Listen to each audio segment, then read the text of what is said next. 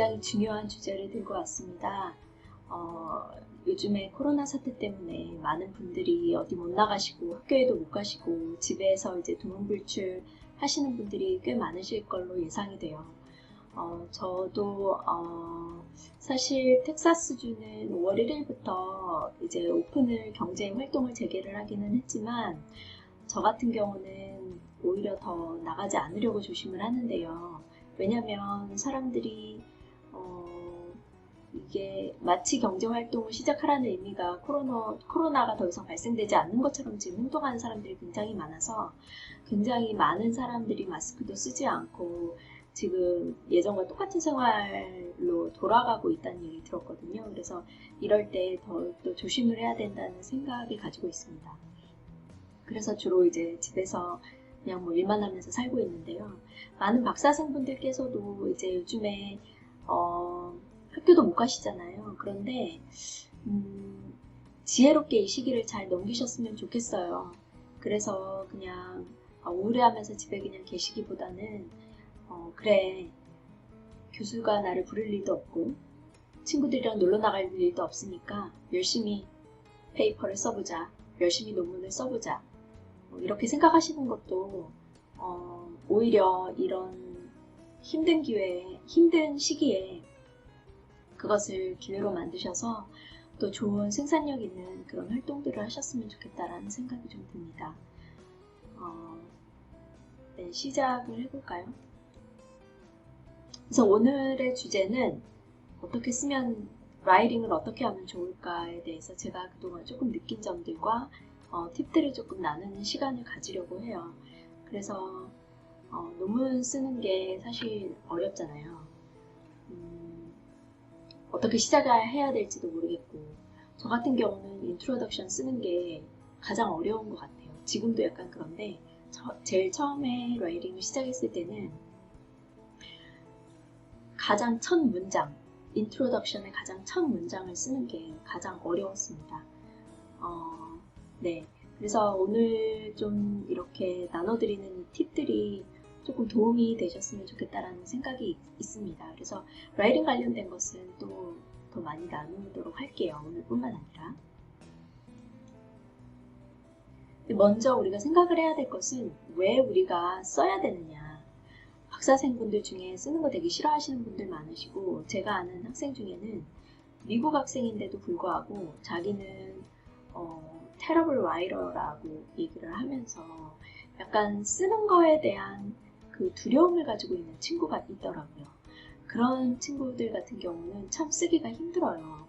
왜냐하면 심리적인 그런 두려움이 있기 때문에 더욱더 하기 힘들어하는 것 같습니다.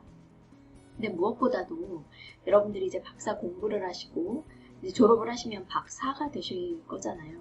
그러면 그런 사람들은 라이팅을 떼서 생각할 수가 없거든요. 그렇기 때문에 이것은 나의 운명이다 이렇게 받아들이는 마음이 필요합니다.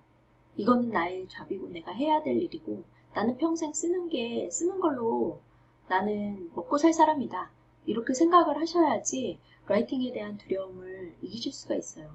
그 라이팅에 대한 두려움을 어떤 그 긍정적인 에너지로 바꾸시는 그런 생각의 전환이 조금 필요하다고 생각이 듭니다.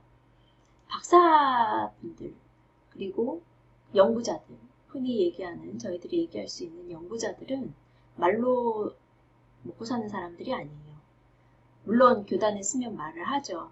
하지만 내가 주장하고자 하는 것, 내가 하고자 하는 바는 라이팅으로 표현을 해야 됩니다. 그렇게 했을 때 그것이 파워를 갖게 되고 그 다음에 공신력을 갖게 되는 거죠.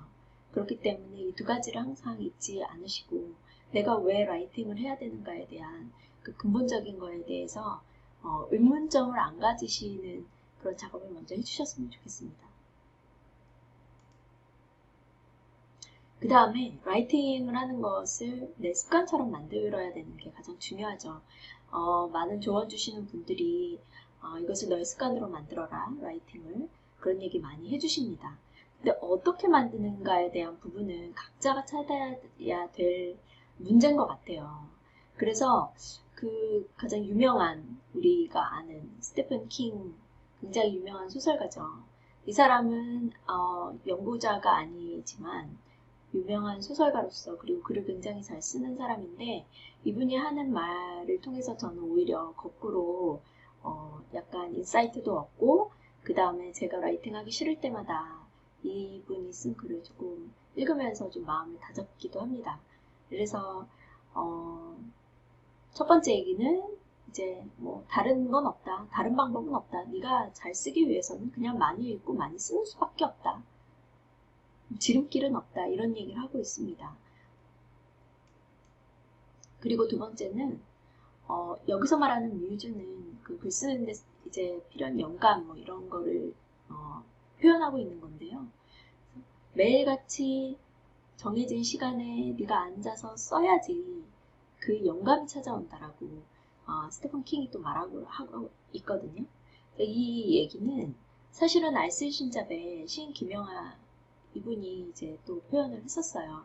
그래서 그분이 한 말을 정확하게 이제 여기 다시 썼는데요.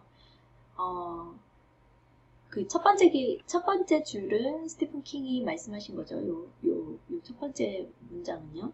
근데 그 다음 두 문장은 김영하 시인이 말한 거거든요. 영감은 규칙적으로 일할 때 찾아온다. 그럼 영감이 택배기사처럼 찾아온다. 똑똑똑. 그래서 우리가 뭐 연구자들이 단순히 영감 가지고 글을 쓰는 사람들은 아니지만 규칙적으로 일할 때 저도 마찬가지라고 생각을 합니다. 규칙적으로 일할 때 이렇게 저희가 글을 쓰는 그런 그 흐름과 어떤 논리로 써야 되는지와 이런 것들에 대해서 지속적인 어떤 프로그레스가 생길 수 있다라고 저는 생각을 합니다. 그러면 어떻게 쓰는지를 배워야 되잖아요. 단순히 그냥 영감에서 그냥 내 느낌대로 쓰는 글이 절대로 아니기 때문에 아카데믹 라이팅은 사실은 그 라이팅을 배워야 되는 게 맞다고 저는 생각을 합니다. 근데 학교들에서 보면 여러 가지 워크샵이라든지 뭐 브라운백 미팅이라든지 여러 가지 세션들이 많아요. 그럼 뭐 도서관에서 하는 것들, 저는 이제 박사생일 때 도서관에서 하는 이런 세션들 굉장히 많이 갔거든요. 그래서 나중에는 그 도서관에서 그거를 진행하는 담당자랑 되게 친하게 됐어요. 친하게 돼가지고 제가 갈 때마다 보니까 얼굴을 기억을 하더라고요. 그래서 했었고, 그 다음에 그 라이팅 그룹 같은 거를 만들었었는데 라이브러리에서 주최를 해서 이제 그거를 만들었었는데 전 하겠다고 이제 제가 신청을 해서 한 거였거든요. 하니까 한 4명, 5명 정도 되는 학생들을 이제 모아서 이렇게 그룹을 만들어주고 그 그룹에서 이제 각자 자기가 쓰는 부분들이 있잖아요. 그걸 돌아가면서 읽어주면서 서로서로에게 피드백을 해주는 그런 라이팅 그룹을 했었는데 그게 생각보다 도움이 됐었습니다.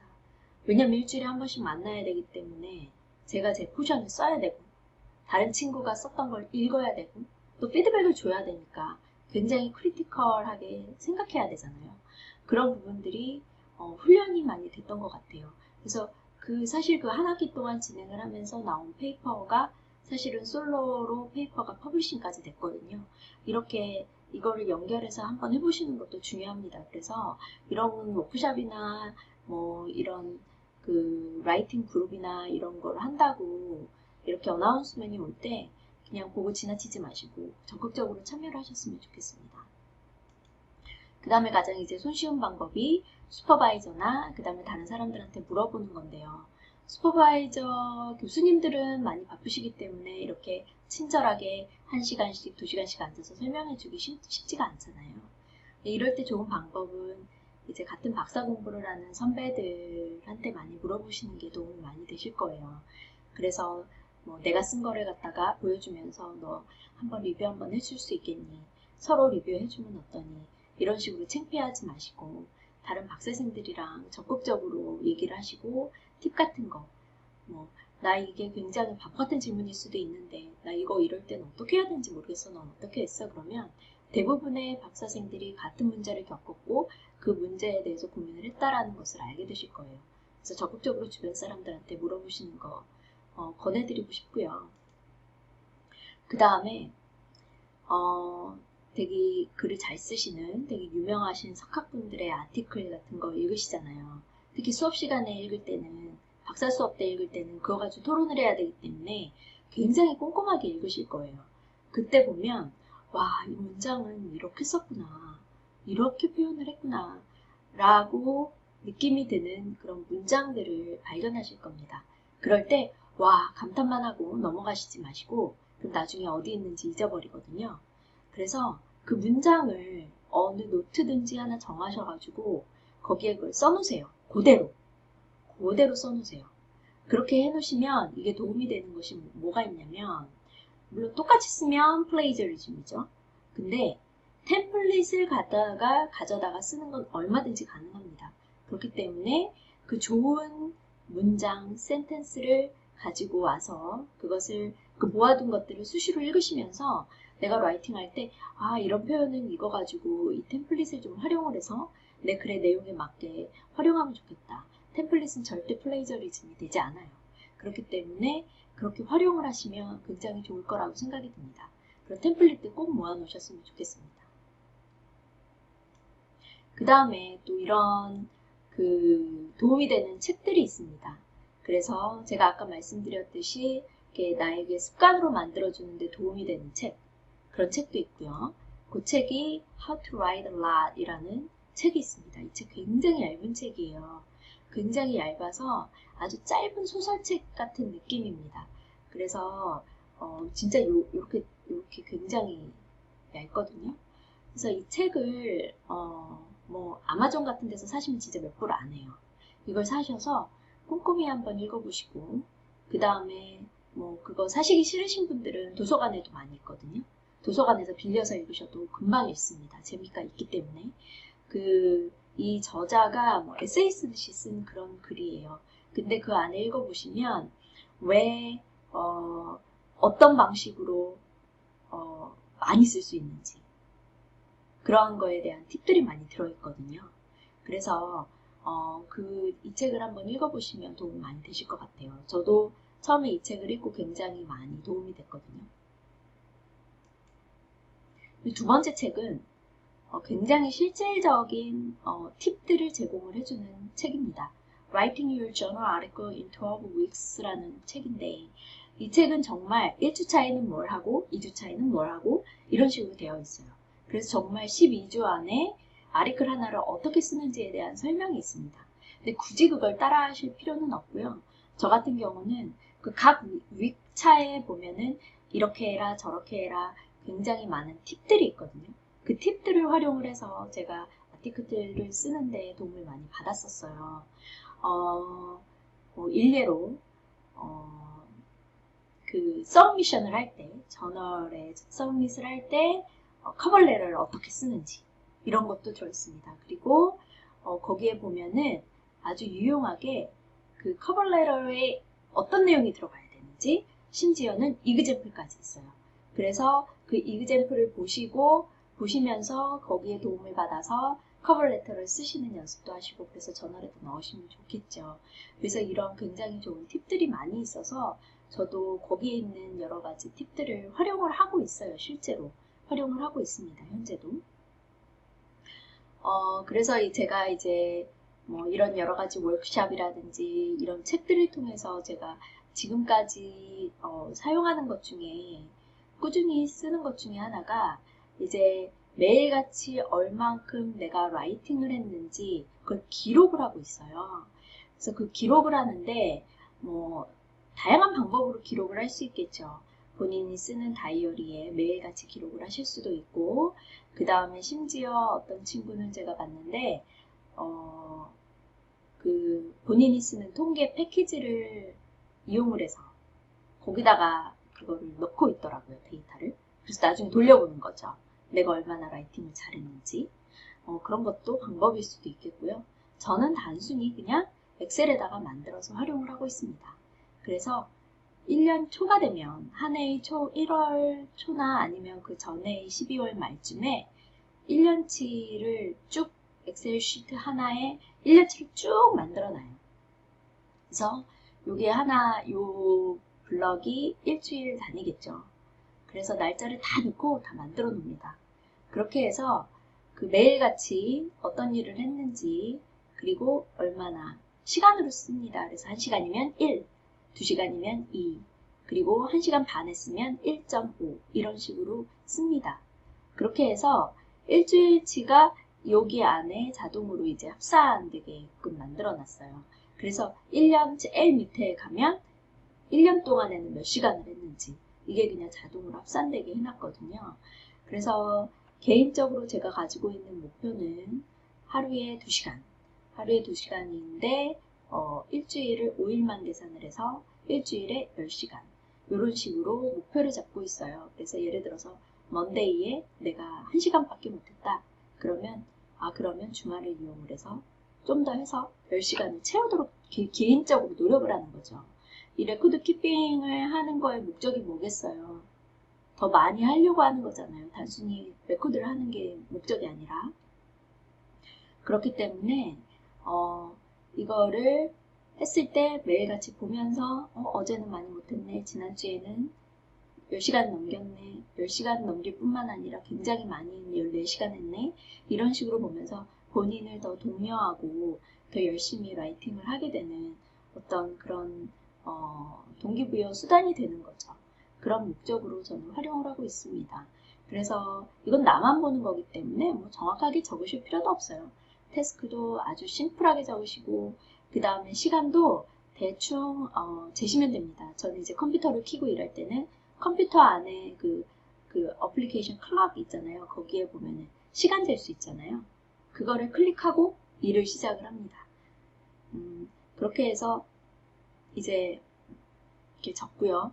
그 다음에 순전히 라이팅 하는 것만 카운팅을 합니다. 다른 것들은 카운팅을 하지 않아요. 그러니까 리딩을 하면서 라이팅을 하면 당연히 들어가야 되는 거고요. 단순히 데이터를 만져서 데이터 돌려보고 이런 거는 넣지 않습니다. 네, 오늘은 이 정도 팁 정도면 그래도 꽤 유용한 팁이지 않을까 생각이 드는데 어떻게 생각하시는지 잘 모르겠어요. 저도 아직 라이팅 잘 못하고요. 제가 이런 거 만든다고 해서 제가 잘하는 사람이라서 하는 거는 절대 아니라고 말씀드리고 싶어요. 저도 잘하고 싶어서 이제 이런 말씀을 드리는 거고요. 저도 계속 노력하고 있는 사람이고요. 그래서 다음엔 또 어떤 재밌는 그리고 굉장히 유용한 팁 가지고 또 찾아뵙도록 하겠습니다. 오늘은 여기까지 하겠습니다. 좋은 하루 되세요.